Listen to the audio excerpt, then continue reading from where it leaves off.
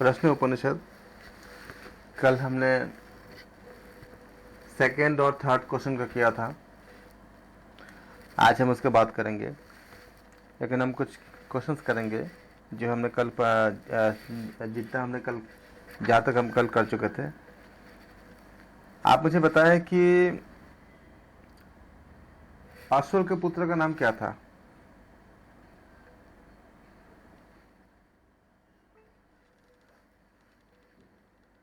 कोई बताएं, अश्वल के पुत्र का नाम क्या था? कौशल्य। कौशल्य। ठीक है। उदान वायु क्या करता है? मृत्यु के बाद उदान वायु का कर्मों के हिसाब से अगर पुण्य कर्म किया वो कर्म हो तो वो मार्ग पे नमन करता है, और नीच कर्म हो तो वो नरक लोक में भेजता है, और दोनों हो तो मृत्यु लोक में भेजता है। ठीक है। प्रश्न उपनिषद के अनुसार हिरण्यगर्भ कौन है?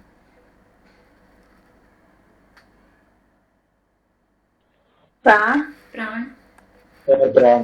है। ठीक है।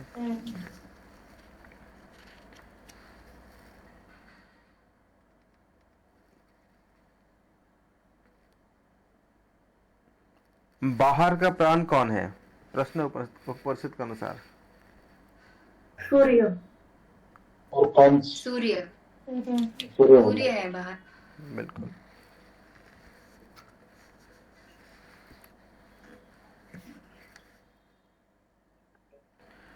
प्रश्न उपनिषद के अनुसार आत्मा का स्थान कहाँ है? कहाँ रहता है आत्मा? हृदय में। बिल्कुल। कितने नाड़ियां हैं? सर 101 नाड़ियां और हर नाड़ी की 100 शाखाएं हैं और हर शाखा का 72,000 उपशाखाएं हैं। ठीक है, वेरी गुड। मतलब आप लोगों ने बहुत अच्छे से किया है। आज अब हम इसके बाद का फोर्थ करेंगे। बहुत से क्वेश्चंस आए हुए हैं, तो मैं उन क्वेश्चन का जवाब में एक साथ दे देता हूँ। और शायद ये क्वेश्चन का जो आपने को लोग पूछे हैं उसका जवाब से हमें उसका आंसर से उपनिषद का जो मुख्य उद्देश्य होता है हमारे जीवन के लिए, उसमें भी बहुत सारा इसमें प्रकाशित होगा। ये कई क्वेश्चन ऐसा है कि जितना भी हम व्याख्याएं करते हैं अलग अलग, भगवत गीता हो गया या उपनिषद हो गया या योग दर्शन के भी कुछ चीज़ें हैं, रामायण की भी कुछ चीज़ें हैं, कुछ आपका जो ऐतिहासिक जो है वो तो है ही, कुछ दार्शनिक व्याख्या भी होती है और कुछ वैज्ञानिक और दार्शनिक का मिश्रित होती है। इन व्याख्याओं की ज़रूरत क्या है, हमें क्या फ़ायदा है, इससे सबको बहुत से क्वेश्चन काफ़ी लोगों ने पूछे, तो मैं इसको एक साथ एक आंसर दे देता हूँ। इनका मुख्य जो भी हम जैसे हम कल भी बात कर रहे थे कि भगवत गीता के जो कैरेक्टर है वो हमारे अंदर भी है। एक तो कुरुक्षेत्र में हुआ ही था, रामायण के जो कैरेक्टर है वो हमारे अंदर भी है। एक समय तो हुआ ही था जिस समय की बातें कही जाती हैं। जैसे हम कल बात कर रहे थे कि हमारे अंदर के जो पॉजिटिव पार्ट और नेगेटिव पार्ट दोनों होते हैं, और अर्जुन क्या है, ईश्वर के प्रति जो पूर्ण समर्पण अनुराग ही अर्जुन होते हैं, भक्ति भीम होता है। और आप कृष्ण कौन है? जो हमारे अंदर बैठे हैं वो हमारे आत्मा होते हैं, सोल होते हैं। हम जब भी कोई अच्छे बुरे काम करते हैं लगातार बोलता रहता है आत्मा कि ये बुरा है। हम लोग बोलते ना कि एक अंदर से आवाज़ आ रही है कि ऐसा मत करो या ऐसा करो, किसी को मदद करो या किसी को मत सताओ। जो हम भी कुछ बुरे काम करते हैं तो हमें कोई मना करता है, वो जो हमारे जो अंदर का जो अंतर चेतना वो कृष्ण है। कृष्ण का जो महाभारत में जो रोल था हमारे जीवन में भी वही रोल है। कृष्ण महाभारत में कहते हैं कि हम तुम्हारा सारथी तो होंगे, लेकिन मैं युद्ध में भाग नहीं लूंगा, मैं पार्टिसिपेट नहीं करूंगा, युद्ध नहीं करूंगा, लेकिन मैं तुम्हारा साथी रहूंगा। लेकिन जब जिस समय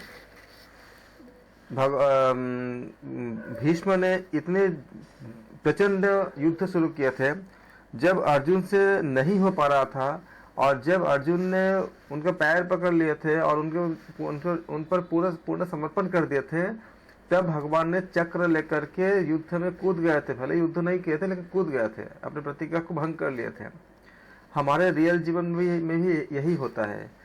जब हम अपने आप से कोई चीज़ों को समाधान नहीं कर पाते हैं और समाधान करना चाहते हैं, दिल से चाहते हैं, लेकिन हमें रास्ता नहीं मिलता, हमें हमारे ऑब्स्टिकल या अज्ञानता के कारण हम समझ नहीं पाते हैं। और अब जब दिल से आप समर्पण करते हो कि हे प्रभु अब मुझसे नहीं हो रहा है, आप मुझे रास्ता दिखाओ, मार्ग दिखाओ, तब वो हमारे अंदर जागृत होते हैं। और उस समय वैसे वो दृष्टा होकर रहते हैं, उसको देखता रहता है, अंदर बोलता भी रहता है, लेकिन वो इंटरफेयर नहीं करता। अगर हम बुरे काम करेंगे तो हमें मतलब वो नहीं करेंगे, मना नहीं, मतलब रोकेंगे नहीं कि मत करो, बट बोलेंगे कि मत ऐसा नहीं करना चाहिए, लेकिन करेंगे तो वो खाली दृष्टा बन कर रहेगा। लेकिन जब हम पूर्ण समर्पण कर देते हैं, और आप लोग देखोगे भी कभी कभी जब आप ऐसा करते हो तो अंदर से एक अलग ही आवाज आता है। और अगर कोई पूर्ण बहुत हाई लेवल जिसका आपका समर्पण होती है, उसके लिए भगवान स्वयं, जैसे प्रहलाद थे और भी जो इस तरह के जो साधक होते हैं, अभी बहुत से ऐसे साधक होते हैं जिनका हमें नाम नहीं पता, लेकिन कुछ का हमें नाम पता है, उनके लिए स्वयं आज भी हिरण्यगर्भ की तरह या आपका मतलब सॉरी नरसिंह अवतार की तरह आज भी प्रकट होते हैं जहाँ जहाँ आवश्यकता होती है। और तब वो स्वयं आके हमारे लिए फाइट करते हैं हमारे अंदर से। तो ये वो कृष्णा है जो हमारे अंदर के जो इनर कॉन्शियस होते हैं। उसी तरह से मैं बात कर रहा था कि जो धृतराष्ट्र है, कौन है धृतराष्ट्र? मतलब हमारे अंदर ही एक होती है धृष्टता का राष्ट्र। जब हम जानते हैं सही क्या गलत क्या, तब भी हम जब अपने स्वार्थ की पूर्ति करने के लिए सही को जानकर भी उसको एक्सेप्ट नहीं करते, गलत को जानकर भी उसको रिजेक्ट नहीं करते, हम गलत को ही सपोर्ट करते हैं, तो हम हो गए धृष्टता का राष्ट्र, यानी धृतराष्ट्र का चरित्र हमारे अंदर आ गया। और उस समय क्योंकि हम देखकर भी अनदेखे होकर बैठे हुए हैं, इसलिए धृतराष्ट्र आपका अंधे थे, मतलब वो जन्मांध थे, क्योंकि अंधा जो होगा वही ऐसा कुछ करेगा कि वो देख ही नहीं पा रहा है, और हम जान के भी मतलब अनदेखे कर रहे हैं। तो ये प्रतीक है।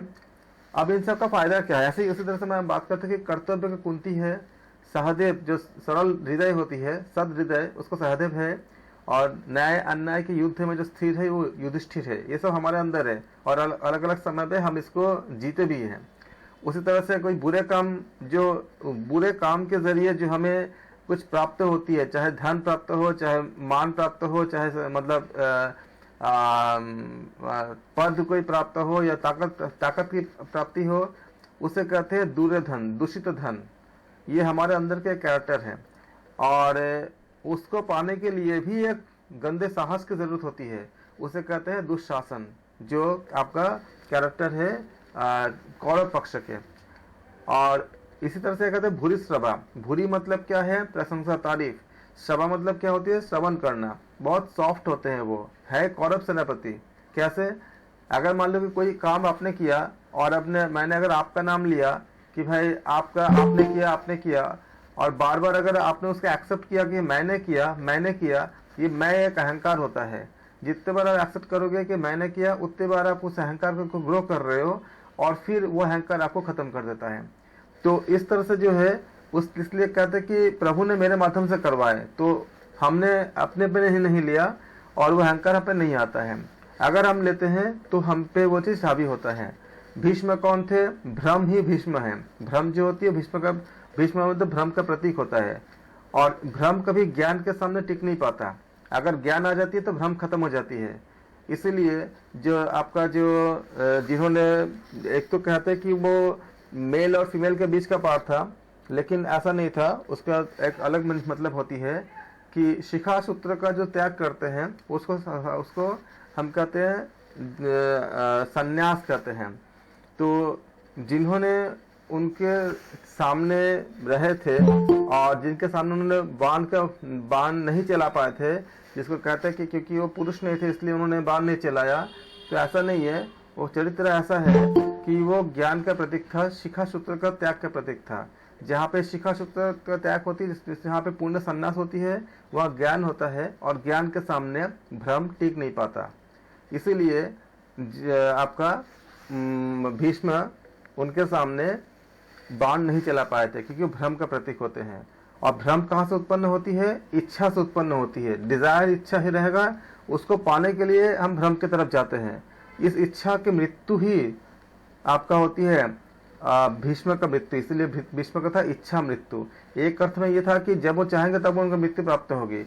दूसरे अर्थ में ये होते हैं कि हमारे इच्छाओं की जब तक मृत्यु नहीं होगी तब तक भ्रम रहेगा, और जब तक भ्रम रहेगा तब तक हम मिसगाइड होते रहेंगे।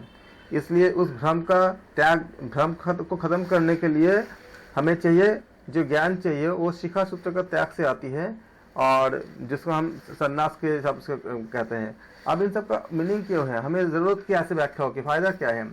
फायदा ये होता है, जैसे मान लो अगर दो लोग गाड़ी लेके जा रहे हैं और दोनों की अगर गलती हो, गलती से दोनों की गलती से अगर दोनों अगर रॉन्ग साइड से है, अगर एक्सीडेंट हो जाए तो क्या ज्यादा गुस्सा आएगा एक दूसरे के प्रति?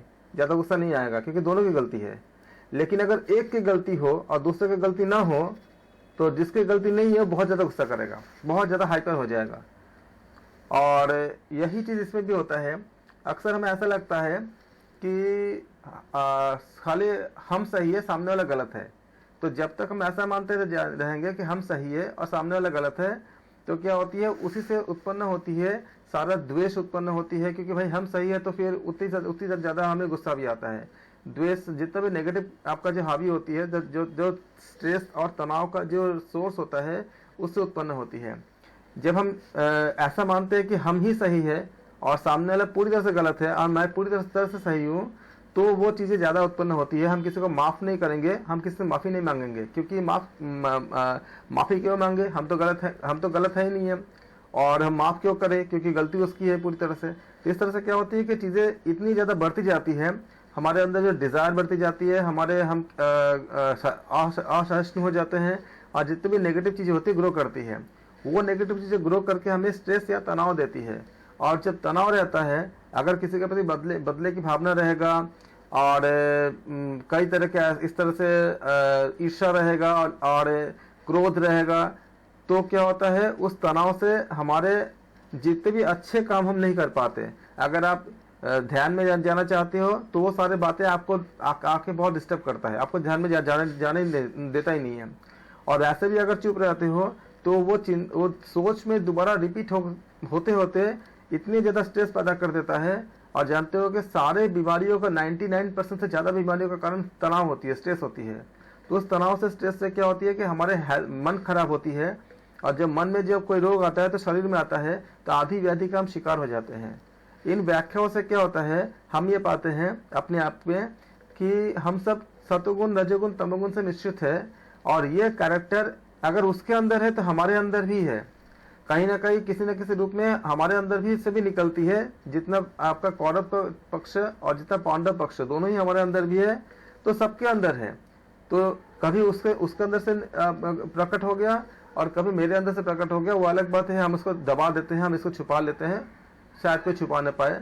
तो इस तरह से अगर हम समझेंगे तो क्या होगा कि जैसे एक्सीडेंट हुआ लेकिन दोनों लोगों की गलती है, तो गुस्सा नहीं आएगा, एक दूसरे को माफ कर देंगे। तो इस तरह से हम भी क्या होता है कि जीवन में काफी चीजें आपका मतलब शिथिल हो जाती है, जो नकारात्मक होती है काफी शिथिल हो जाती है, और धीरे धीरे उसका इंटेंसिटी इतनी कम हो जाती है कि आप ध्यान में भी जा सकते हो, योग में भी जा सकते हो। क्षमा मांगना और क्षमा करना दोनों बहुत आसान हो जाता है। और जब दोनों आसान हो जाती है तो हमारी जो दैनिक काम होती है वो बहुत अच्छी हो जाती है। और इस तरह से जो नेचुरोपैथी का सिद्धांत भी है, जो विजातीय तत्व चाहे सोच के जरिए हो, विचारों के जरिए हो, वो हमारे अंदर ज्यादा प्रवेश नहीं कर पाता, और जो पहले का है वो भी निकल जाती है धीरे धीरे। तो हम स्वस्थ हो जाते हैं, और हम धीरे धीरे मेडिटेशन करते हैं, और दूसरे की मदद करने के लिए जितने भी सात्विक गुण होती है वो उसको ग्रो करता है। लॉन्ग टाइम में अगर इसको फॉलो करते रहेंगे, अगर इसको हम इन सब व्याख्याओं को हम अपने माइंड पे अगर हम रिपीट करते रहेंगे, तो क्या होती है कि इससे हमें आने वाली चुनौतियों से बहुत अच्छे से हम निपट सकते हैं। और अगर इसको अगर आप बचपन से अगर आप अपने बच्चों में ये संस्कार डाल देते हो, अपने खुद में डाल देते हो, तो जब बच्चे बड़े होंगे 10-15 साल समय लेकर के, तो लॉन्ग टाइम में वो डिजीज फ्री हो जाएगा। जो पहले था, पहले बीमारियां बिल्कुल नहीं थी, 20 में से 19 लोग स्वस्थ थे, अब तो 20 में से 19 लोग बीमार हैं। ये इसके बहुत बड़ी मतलब कारण है कि क्यों हम ऐसे व्याख्याओं को हम करते हैं, या ऐसे व्याख्याओं से फायदा क्या है। और इन व्याख्याओं से हमारे, जब हम ये समझते हैं, इसमें हमारा स्वाध्याय होता है, तब हम सोचते हैं कि हम कहाँ गलत है। तब हम पहले ये नहीं सोचते हैं कि सामने वाला कहाँ गलत है, हम ये सोचते हैं कि हम कहाँ गलत है। उससे क्या होती है, स्वाध्याय होती है, जो क्रिया योग का हिस्सा होता है। स्वाध्याय आपका हो गया, ईश्वर प्रणिधान हो गया। तो ईश्वर प्रणिधान तभी होगा जब स्वाध्याय होगा। तो हमारे जो कर्म होते हैं उस कर्म का शुद्धिकरण होता है, और धीरे धीरे हम अपने आप को क्रिया योग के माध्यम से या दूसरी तरह से हम ईश्वर के प्रति समर्पण हो सकते हैं, क्योंकि हमारे अंदर वो चीजें आके धक्का नहीं मारता जो हमारे बदले की भावना होती है, ईर्ष्या की भावना होती है, या किसी को बहुत सी चीजें जो तो हमें ऑब्स्टिकल जो होती है, नौ अंतराय होती है, सब चीजें कम हो जाती है। इसलिए इन सब व्याख्याओं की जरूरत होती है, और ये सबको जरूरत है। मतलब चाहे मतलब हम में से कोई ये नहीं कह सकता कि हम परफेक्ट है, ना मैं कह सकता हूँ ना और कोई कह सकता है। हम कोई अलग अलग परसेंटेज है, कोई कुछ थोड़ा ज़्यादा थोड़ा कम, लेकिन हम सब किसी न किसी, हर एक के पास कोई ना कोई कहानी होता है अपना, कोई ना कोई दुख होता है और कोई ना कोई तृष्णाएं होती है। इन सब से हमें छुटकारा पाने के लिए हमें बहुत ज़रूरत होती है। इसी को हम कहते हैं होलिस्टिक हेल्थ कहते हैं। तो मैंने छोटी सी एक समरी में कोशिश किया कि जिनके पास आप लोगों को काफ़ी क्वेरीज आई थी, और इस रिकॉर्डिंग के माध्यम से बाकी लोगों को भी पता चलने में मदद होगा कि हम ऐसा क्यों करते हैं, ऐसे व्याख्या क्यों करते हैं, और इन व्याख्याओं का कितनी फायदा है। हर तरह से फायदा है।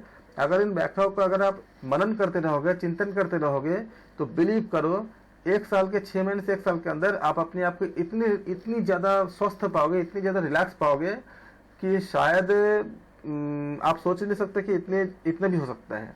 और उसके बाद आपकी जो शिकायतें होती कि हम ध्यान में जा नहीं पाते, हम बाकी चीज़ें कर नहीं पाते, हम प्राणायाम कर नहीं पाते, ये सब चीज़ें आपको बहुत कम हो जाएगा, आप कर पाओगे। आप होप कि आप लोगों का जो क्वेरीज था शॉर्ट में मैंने कोशिश किया आंसर देने के लिए।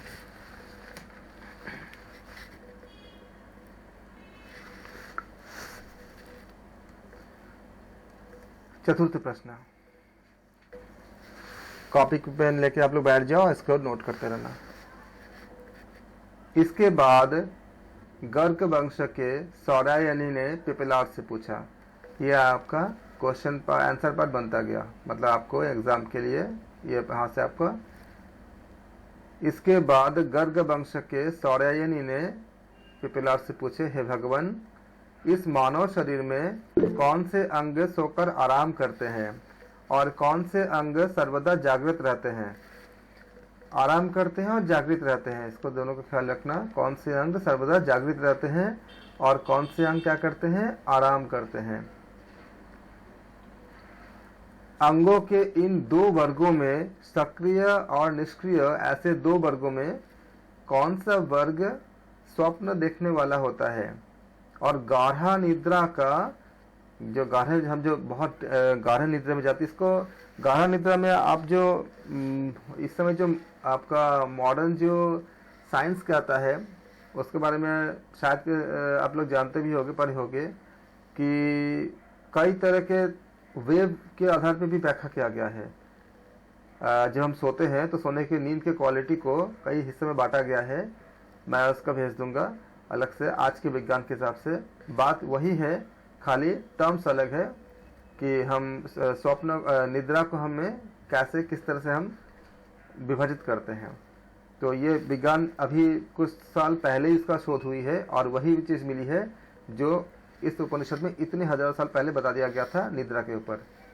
और निद्रा की क्वालिटी के ऊपर बहुत बड़ी रिसर्च मतलब हुई है कुछ साल पहले, शायद 80 या 70 के आसपास, 1970 या 1980 के आसपास हुआ।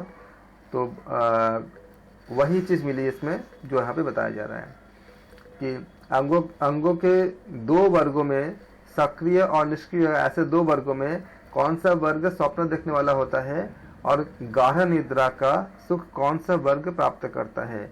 गाढ़ निद्रा के समय ये सब अंग किस स्थान में रहते हैं? तो प्रश्नों को याद रखना, प्रश्न की संख्या और प्रश्न क्या है, ये चौथा प्रश्न है। तब पिपलाद ने उनसे कहा, हे गार्ग्य, जब सूर्य अस्त होता है तब उसकी सभी किरणें एकत्रित हो जाती है और सूर्य के तेजोमय शरीर में विलीन हो जाते हैं।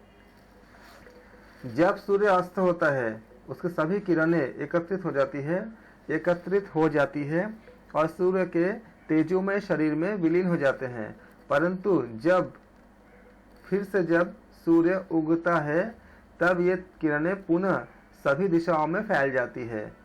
उसी प्रकार मनुष्य जब गाढ़ निद्रा में अर्थात सुषुप्ति में विलीन हो जाते हैं, यहाँ पे टर्म क्या सुषुप्ति है और मेडिकल साइंस का कुछ और टर्म है, बस इतनी अंतर है। बाकी यहाँ पे और ज़्यादा डेप्थ बताया गया है। साइंस अभी जो शोध हुई है उसमें जो बातें बताई गई है वो एक अलग टर्म से बताई गई है, लेकिन यहाँ और अच्छे से बताई गई है उपनिषद में वही बातें कि उसी प्रकार मनुष्य जब गाढ़ निद्रा में यानी सुषुप्ति में लीन हो जाते हैं। अब प्रश्न क्या बनता है? प्रश्न उपनिषद के अनुसार गाढ़ निद्रा क्या है? तो सुषुप्ति में लीन हो जाना। इसको लाइन बना के लिख लेना। तब उसके सभी इंद्रियां उनके शासक यानी जो नेता, नेता मत बोलना, यहाँ पे लिखी हुई है ऐसे, लेकिन उनके शासक के रूप में चली जाती है एवं एकाकार हो जाती है। तब ये इंद्रियां कुछ भी कार्य नहीं करती। फलतः मनुष्य इस अवस्था में सुनता नहीं है, सूंघता नहीं है, स्वाद नहीं लेता, स्पर्श नहीं करता, बोलता नहीं है, स्वीकार भी नहीं करता, इंद्रियों का आनंद नहीं लेता, मल मूत्र का त्याग नहीं करता, मल मूत्र नहीं त्यागता है, चलता भी नहीं।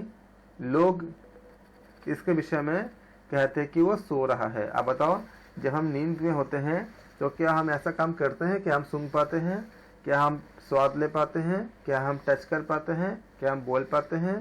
क्या हम किसी को एक्सेप्ट या डिनाई कर पाते हैं? नहीं कर पाते। हम अपने सेंसेस को आनंद क्या ले पाते हैं? नहीं ले पाते। हम मल मूत्र का भी त्याग नहीं करते नॉर्मली, जब हेल्दी है तो हम अगर हेल्दी है तो हम चलते भी नहीं है। इसमें वो बात शामिल नहीं है कि कुछ लोग नींद में चलने की बीमारी का बात नहीं कर रहे हैं। नॉर्मली इंसान ऐसा नहीं करते हैं। तो ये सारे क्या है आपका, जो निद्रा में जब होते हैं तो ये नहीं करते।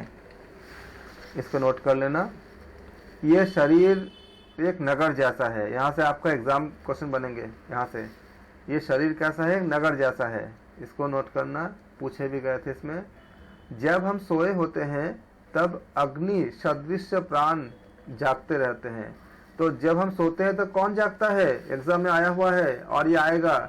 जब हम सोते हैं तब कौन? प्राण जागता है। उत्तर क्या होगा? प्राण। लिखो कॉपी में। जब हम सोते हैं, प्रश्न उपनिषद के चौथे प्रश्न के अनुसार जब हम सोते हैं तो जागता कौन है? आप लिखिए कॉपी में एकदम लाइन बना करके। तो प्राण जागते हैं। ये अब आपका एमसीक्यू क्वेश्चन का आंसर हो गया। जो अपान है इसको लिखो, आप लिखिए इसको, बहुत इंपॉर्टेंट है। जो अपान है वह गार्हपत्य अग्नि है। प्रश्न आएगा गार्हपत्य अग्नि किसे कहते हैं, या कौन से प्राण आपका गार्हपत्य अग्नि है? तो अपान जो है वो गार्हपत्य अग्नि है अकॉर्डिंग टू प्रश्न उपनिषद के अनुसार। आपका एमसीक्यू है, ये ऑलरेडी एमसीक्यू पूछे भी गए हैं और बहुत इंपॉर्टेंट है, आएंगे। जो गार्हपत्य अग्नि कौन है? अपान है। अपान को क्या कहा गया है? गार्हपत्य अग्नि कहा गया है। और जो व्यान है वह अन्यवहार्य नामक पाचन अग्नि है। इसको लिखिए व्यान क्या है?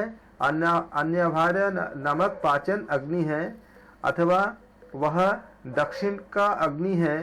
आप इसको उसका जो ऑप्शनल आपका जो और देके लिखा हुआ है और स्लैश या और देके लिखिए कि वह जो व्यान को क्या कहते हैं? उसको एक होती है अन्यवहार्य नाम का पाचन अग्नि, या फिर उसका एक नाम और क्या है? दक्षिण का अग्नि। और जो प्राण है वह आहवनीय नाम की अग्नि है।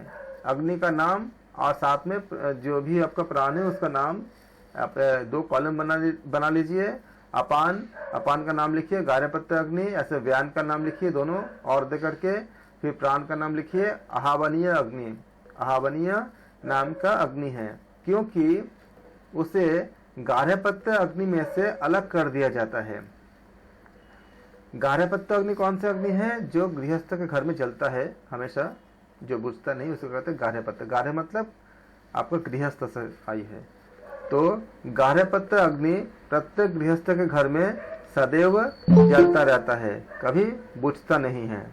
यज्ञानुष्ठान के समय उस गार्हपत्य अग्नि से अलग कर जो अग्नि यज्ञ भूमि में लाया जाता है उसको क्या कहते हैं? उसे कहते हैं आहवनीय कहते हैं।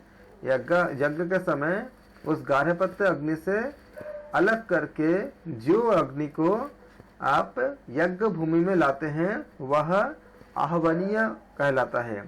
वही दक्षिण दिशा में स्थान पाकर दक्षिणाग्नि होता है। ये इसको आप याद रखना कि आहवनीय कहलाता है और वो दक्षिण दिशा में स्थान पाकर क्या होती है, वो दक्षिणाग्नि होता है। यह मंत्र का क्या होती है, ये आपका रूपकात्मक रूप से है, तुलनात्मक रूप से इसे कहते हैं, मतलब समझाने के लिए है। तो आप इन सब नामों को याद रखना, परीक्षा में आपको यही पूछे जाएंगे। ये आपका फैक्ट्स है, जो हम बोलते हैं ना कि फैक्ट्स जो होती है नेट पे, यूजीसी नेट पे कभी भी आपको डिटेल में नहीं पूछेगा, आपको फैक्ट्स ही पूछते हैं। नाम क्या है, प्राण का नाम कौन सा अग्नि, प्राण कौन सी अग्नि है, बयान कौन सी अग्नि है, इसका आपका शरीर में कहाँ स्थान है, ये सारे जो फैक्चुअल डेटा है यही पूछेंगे।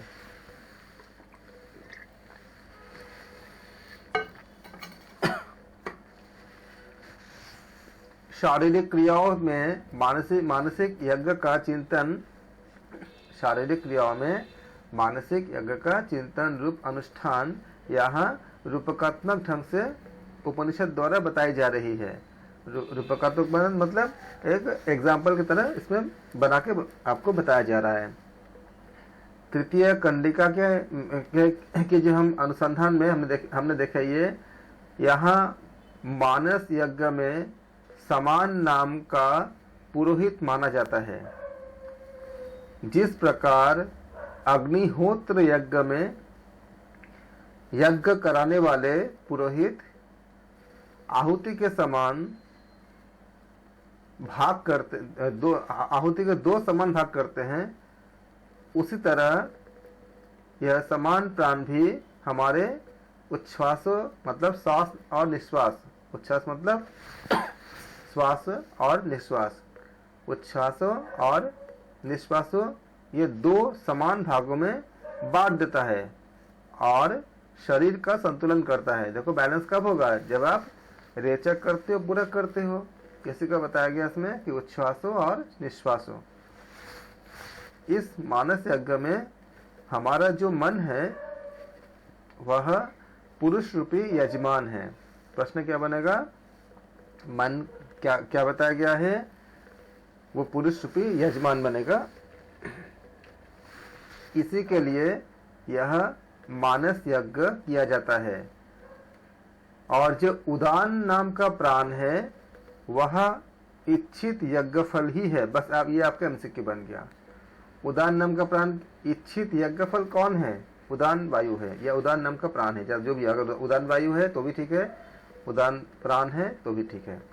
क्या है ये प्रश्न, उपनिषद के चतुर्थ प्रश्न के अनुसार उदान नाम का जो प्राण है वो इच्छित यज्ञ फल है, क्योंकि ये उदान जो हमारे उदान प्राण है, ये उदान प्राण ही प्रतिदिन जब मनुष्य निद्रावस्था में होता है तब मन को ब्रह्म की ओर ले जाता है। आपका एमसीक्यू कंफर्म। निद्रावस्था में मन को ब्रह्म की तरफ कौन लेके जाता है? अगर आप ऐसे अनुवादों को बार बार नहीं रिपीट नहीं करोगे तो ऐसे क्वेश्चंस का आंसर देना मुश्किल हो सकता है। उदान वायु क्या करता है, मन को ब्रह्म की ओर ले जाता है। उदान ही प्रतिदिन जब मनुष्य निद्रावस्था में होता है तब मन को ब्रह्म की ओर ले जाता है। याद रखना इस बात को, बहुत महत्वपूर्ण है एग्जाम में।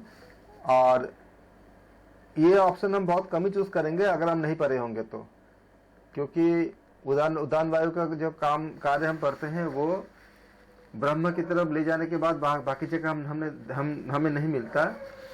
लेकिन प्रश्न उपनिषद के चतुर्थ प्रश्न में हमें मिलता है कि उदान ही क्या है, मनुष्य को निद्रावस्था में, मनुष्य के जब हम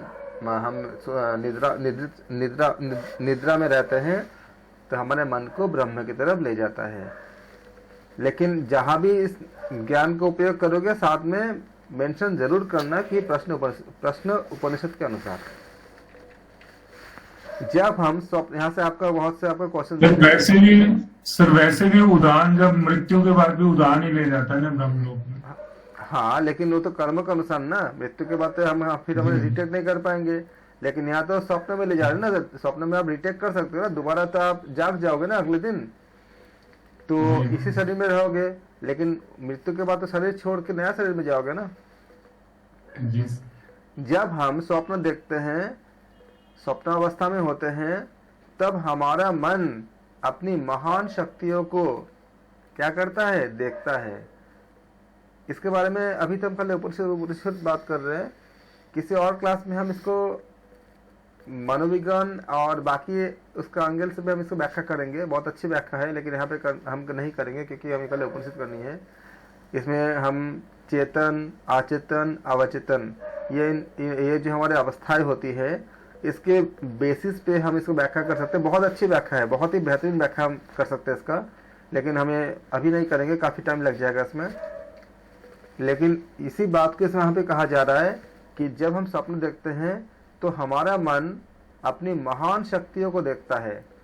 आप जानते हो, आप जो सोच के सोते हो ना, आपने तो सोच लिया, आपके अंदर का जो चेतन तो चेतन मन ने सोच लिया, अवचेतन मन ढूंढता रहता है और ढूंढ के लाएगा वो, और आपको एक समय कर देगा, आपको देगा। अवचेतन मन का संबंध पूरे यूनिवर्स के साथ होता है, पूरे यूनिवर्स के साथ। इसलिए आप जो भी सोच के सोओगे, आप मत सोचना ये कि बस खत्म हो गया, आपने कमांड दे दिया, उसने कमांड ले लिया, अब वो ढूंढेगा उसको। अवचेतन मन का अंतर ये होती है कि वो इंटरप्रेट नहीं कर पाता, अलग अलग नहीं कर पाता। जैसे अगर बोलोगे आधा गिलास खाली, तो वो खाली शब्द को ले लेगा, और अगर बोलोगे आधा गिलास भरा, तो वो भरा शब्द को ले लेगा। वो ये नहीं समझ पाता है कि दोनों का अर्थ सेम होता है। इसीलिए हम बोलते हैं कि हमसे पॉजिटिव बोलो, क्योंकि आप जो बोल के सोओगे ना, वो उसी को ढूंढ के लाएगा। और इसीलिए हम कभी अगर नेगेटिव बात कर, अगर हम नकारात्मक बात करते हैं, तो वो नकारात्मक को ही ढूंढ के लाता है और हम पे पोषण कर देता है। इसीलिए आधा गिलास भरा और आधा गिलास खाली का जो एग्जाम्पल देते हैं, चेतन मन उसको अलग कर सकता है, समझ सकता है कि हाँ दोनों का मतलब सेम है, लेकिन अवचेतन मन इसको अलग नहीं पार कर पाता। वो खाली शब्दों के अर्थ देखता है, खाली बोला गया है, भरा बोला गया है। इसीलिए जब सोते हैं हम प्रार्थना करके सोते हैं। क्यों सोते हैं? वो अगर हम बोलते हैं कि सर्वे भवन्तु सुखिनः, सारे जग सुखी हो, तो सारे जग में तो आप भी आते हो कि नहीं आते हो? अगर मैं बोलता हूँ कि पूरे संपूर्ण जगत सुखी हो, तो संपूर्ण मैं क्या जगत के बाहर हो गया? मैं भी तो आता हूँ ना। और अगर पूरे जगत अगर सुखी होगा तो मैं भी सुखी होऊंगा। तो और मैंने जो सबके लिए प्रे किया, सबका ब्लेसिंग्स हमें मिलेगा। तो हमने जो किसी जन्म में जो अगर कुछ बुरा काम भी करके रखे हैं, तो ये जो ब्लेसिंग्स मिलेगी हमको, वो उसको काउंटर कर देगा, और उस बुरे काम का जो प्रभाव है हमारे लिए बहुत कम हो जाएगा। जबकि अगर मैं ये बोलता हूँ कि खाली मैं सुखी हो जाओ, तो भी तो मैं सुखी अपने लिए किया। लेकिन अगर मैंने ऐसा बोला कि सब पूरे सर्वे भवन्तु सुखिनः, सब कोई सुखी हो जाए, तो अभी तो मैं भी सुखी हो रहा हूँ, क्योंकि सब में तो मैं भी आता हूँ। तो इसीलिए कहा जाता है कि ऐसे प्रार्थनाओं को करके सोने से क्या होता है, आप देखोगे अगले दिन कितनी ज़्यादा फ्रेश फील करते हो, क्योंकि सबके ब्लेसिंग्स हमें मिलती है, और हम अपने लिए भी प्रार्थना कर लिए जब हमने सर्वे भवन्तु, हमने सुखिनः बोल दिया। या ऐसे कोई प्रार्थना जो सबके मंगल के लिए हो, या कोई ऐसे अपने इष्ट नाम को जाप करते करते फिर सो जाओगे, तो आपको आपके इष्ट को ही ढूंढ के लाएगा। लेकिन अगर, इसलिए रात को कभी भी टीवी अगर देखना नहीं चाहिए, क्योंकि उसमें जो नेगेटिव कैरेक्टर दिखाता है वो मन पे हावी हो जाता है। फिर आप सोते हो और उसी को ढूंढ के लाता है पूरा अवचेतन मन, और जो ढूंढता रहता है, तो फिर आप अगले दिन आप पूरा चिड़चिड़ा हो जाते हो, भले ही आपने आध घंटे का नींद क्यों ना ले लिया हो। इसीलिए कहा जाता है कि नाइट को जो है आपका इवनिंग के साथ में टाइम में, तभी तो बोलते हैं कि जो त्रिसंध्या होती है, जो जब आपका दिन और रात का मिलन होती है, उस समय आपका खाली प्रभु का नाम करना होता है, क्योंकि उसमें वाइब्रेशन बहुत नेगेटिव होती है बाहर का, जब दिन और रात शाम के टाइम में जो मिलती है। उसके बाद का समय पे आप खाली मतलब भजन कीर्तन और पॉजिटिव चीज़ें करो, नेगेटिव चीज़ों को नहीं देखना चाहिए, और न्यूज़ वगैरह मत नहीं देखना चाहिए। अगर नेगेटिव न्यूज़ हो तो उससे अवॉइड करना चाहिए, क्योंकि उसका इम्पैक्ट बहुत ज़्यादा पड़ती है। पॉजिटिव न्यूज़ हो तो अच्छी बात है, कोई मोटिवेशन, कुछ अगर मोटिवेशन होता है तो अच्छी बात है, लेकिन आजकल बहुत कमी मिलती है। लेकिन नेगेटिव न्यूज़ कभी नहीं देखना चाहिए रात को, और ऐसा कोई चीज़ नहीं देखना चाहिए जिसमें कुछ तामसिकता हो या कोई नकारात्मकता हो, क्योंकि आप सोते समय जिस चीज़ को लेकर सोते हो आपका अवचेतन मन उसी को ढूंढता रहता है, रात भर ढूंढता रहता है वो। और थोड़ा सा बता दिया, और इसके ऊपर बहुत बड़ी व्याख्या है पूरा साइंटिफिकली, पूरा उसका डेटा के साथ भी बताऊंगा आप लोगों को। तो जब हम स्वप्न देखते हैं तो स्वप्नावस्था में होते हैं, तब हमारा मन अपनी महान शक्तियों को क्या करता है, देखता है। इसी की तो सेम बात बताई गई ना जो बता रहा था, हमने जो कुछ जागृत अवस्था में देखा होता है वही सब क्या करते हैं, हम स्वप्नावस्था में देखते हैं। देखो जो मैं बता रहा था सेम हुआ ना, यही बात बताया ना कि जो हम जागृत अवस्था में जो देखते हैं वही क्या होता है, स्वप्न अवस्था में भी देखते हैं ना सपने में। और स्वप्न में क्या होती है, जो चीज सपने में हम देखते हैं तो हमारा बॉडी में वो रिएक्शन आ जाती है। अगर आप सपने से अचानक जाग गए हो और कोई डरावनी सपना देखे होगे तो देखोगे आपका हार्ट बीट कितना तेज चलता है, क्योंकि हमारा माइंड और हार्ट ये नहीं तक समझता कि स्वप्न में था कि क्या था, वो हकीकत के जैसा रिएक्शन करता रहता है। और इसीलिए कहते हैं कि हमें पॉजिटिव चीजें सोच के और उसको मनन चिंतन करके हमें सोना चाहिए। तो जो हमने जो कुछ जागृत अवस्था में देखा होता है वही सब स्वप्न अवस्था में भी हम देखते हैं। उसी तरह जागृत अवस्था का सुना हुआ सब कुछ हम फिर से स्वप्न में सुनते हैं। अभी जो समझा रहा था आप लोग बता रहा था तो सेम चीज इसमें बताया गया है। जागृत अवस्था में हम बहुत से स्थानों में और बहुत से देशों में होते हैं, तो स्वप्न में हम उन्हीं स्थानों और देशों में वापस लौटते हुए दिखाई देते हैं। ऐसे भी दिन भर जिस चीज के बाद ज्यादा चर्चा करते हो आप सपने में भी वही देख लेते हो। देखो ये हमारे साथ, हम सबके साथ होता भी है। देखी या अनदेखी मतलब हमेशा ही होता है, जिसको हम ज्यादा जिस चीज को देखते हैं या चिंतन करते हैं या जिस चीज में ज्यादा जीते हैं सपने में वो आता है। देखी या अनदेखी, सुनी या अनसुनी, अनुभूत या अननुभूत, सही या झूठी, इन सभी वस्तुओं को हम स्वप्न में देख सकते हैं और उनका अनुभव कर सकते हैं। उन सभी वस्तुओं के साथ मानो हम एक रूप हो जाते हैं और ऐसा हम अनुभव करते हैं।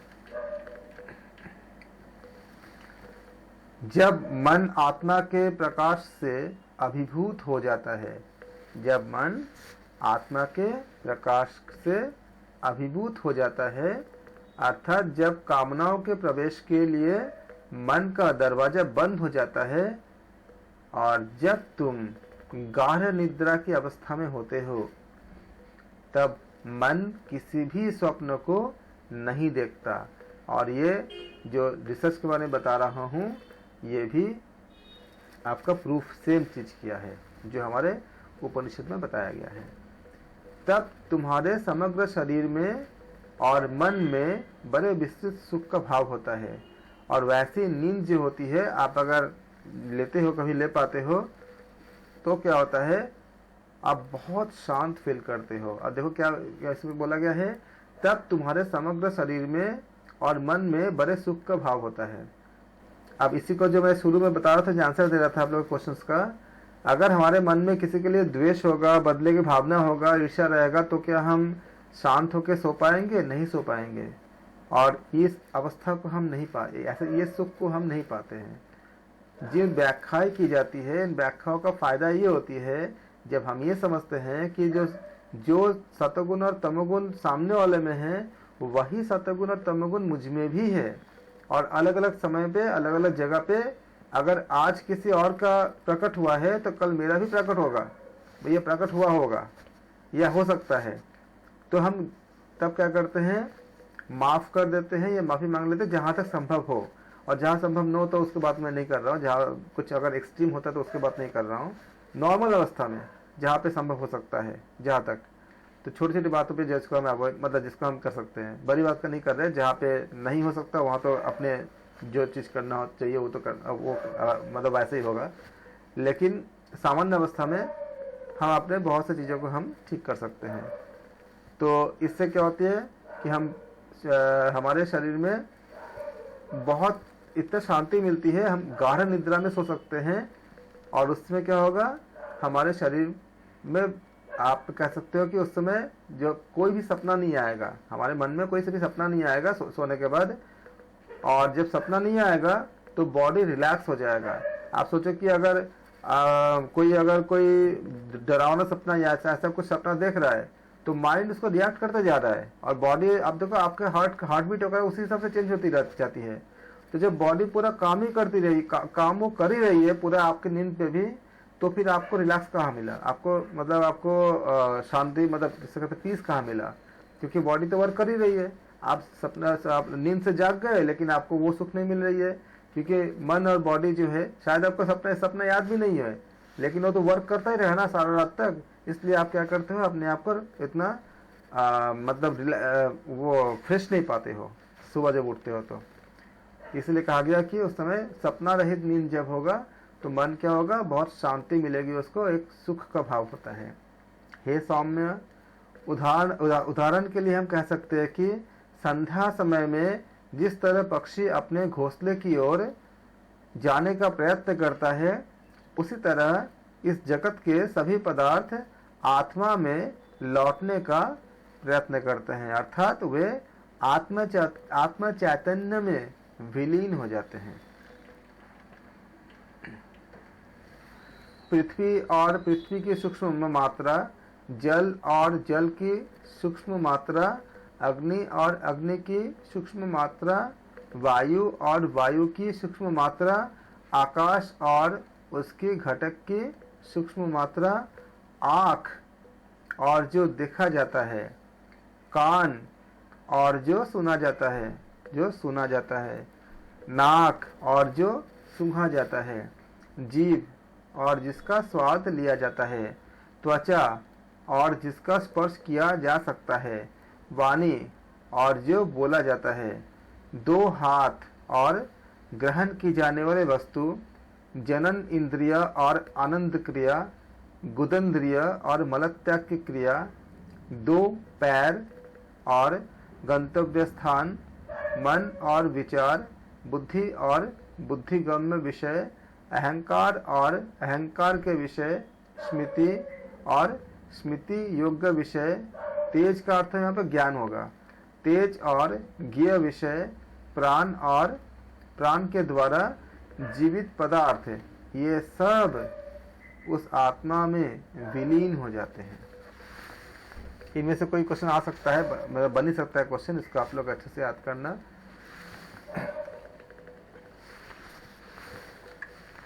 जो देखता है, स्पर्श करता है, सुनता है, सूंघता है, स्वाद लेता है, सोचता है, अनुभव करता है और कार्य करता है, जो इंद्रियों को वश में रखता है और जो जीवात्मा यानी वैष्टि चैतन्य के रूप में पहचाना जाता है, वह वही है। यह जीवात्मा व्यक्ति चैतन्य है जो उच्चतम अविनाशी आत्मा पर अधिष्ठित है। अपने स्वस्वरूप में जीवात्मा में मिल जाता है, अर्थात मोक्ष का प्राप्ति होती है। हे सौम्य, यह आत्मा निष्कलंक है। यहाँ पे आपको एग्जाम क्वेश्चन बन जाते हैं। यहाँ से आत्मा क्या है, कैसा है, जो भगवत गीता की ही बात कही गई है। यह हे सौम्य, यह आत्मा निष्कलंक है, रूप रहित निराकार है, वर्ण रहित है और अविनाशी है। जो मनुष्य इस आत्मा को जानता है वह उसी की आत्मा की ही तरह हो जाता है, अर्थात वह स्वयं उस उच्चतम परम आत्मा रूप और अविनाशी हो जाता है। ऐसा मनुष्य सर्वज्ञ होता है, उसे ऐसा अनुभव होता है कि वह मानो सबके साथ एकाकार हो गया हो। इसके विषय में कहा गया है कि हे सौम्य, गाढ़ निद्रा की सुषुप्ति की अवस्था में यह जीवात्मा इंद्रियों के देवों के साथ इंद्रियों के साथ तथा अन्य तत्वों के साथ अविनाशी आत्म तत्वों में विश्रांति लेता है। अविनाशी आत्म तत्व में विश्रांति लेता है। जब मनुष्य जागृत अवस्था में भी ऐसा सुषुप्ति जैसा ही अनुभव करता हो या अनुभव करे कि वह अविनाशी परमात्मा के साथ एक रूप है, तब वह सर्वरूप हो जाता है और सब में वह प्रविष्ट हो जाता है। लेकिन ये इतनी अच्छी बात कब हो सकता है?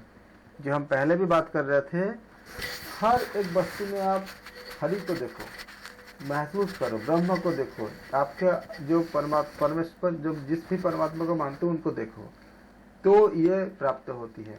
जब मनुष्य क्या बोले गए हैं, जागृत अवस्था में भी जब हम जगे हुए हैं, सुषुप्ति जैसा ही अनुभव करें कि वह अविनाशी परमात्मा के साथ एक रूप है। ये कैसे संभव हो सकता है?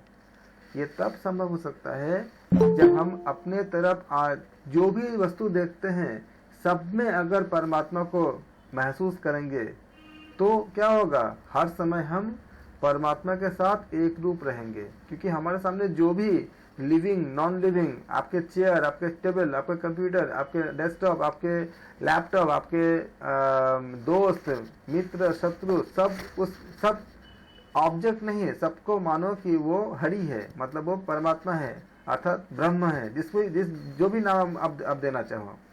अगर ऐसा मानते जाओगे तो क्या होगा, आप हमेशा किसी न किसी के साथ तो रहोगे, चाहे इंसान के साथ रहो, चाहे वस्तु के साथ रहो, चाहे किसी कॉपी किताब के साथ रहो, सब में अगर ब्रह्म देखते हो या अपने परमात्मा को देखते हो तो आप क्या कर रहे हो, कंटिन्यू आप उस एक रूप परमात्मा के साथ ही रहते हो। और जब ये हैबिट में आ जाता है, हमारे पूरे जीवन में उतर जाता है, तब ये प्राप्त होता है कि तब वह सर्वरूप हो जाता है और सब में वह प्रविष्ट हो जाता है। इस प्रकार प्रश्न उपनिषद में चौथा प्रश्न समाप्त होता है। कितनी अच्छी बात बोलो, बताओ, एग्जाम तो है ही, कितनी बेहतरीन बातें इसमें बताया गया है। यही मैं बता रहा था कि अगर उपनिषद को समाप्त होते होते आप देखोगे कि आपके मन में, विचारों में कितनी ज़्यादा परिवर्तन, कितनी ज़्यादा चिंतन में आपका चेंजेस आ गई है और जीवन में बहुत सारा पॉजिटिविटी, बहुत सारा सकारात्मकता आ जाती है। कितनी अच्छी होती है Upanishad. Thank you so much. हम अगले सेशन में पंचम प्रश्न को हम पूरा करेंगे।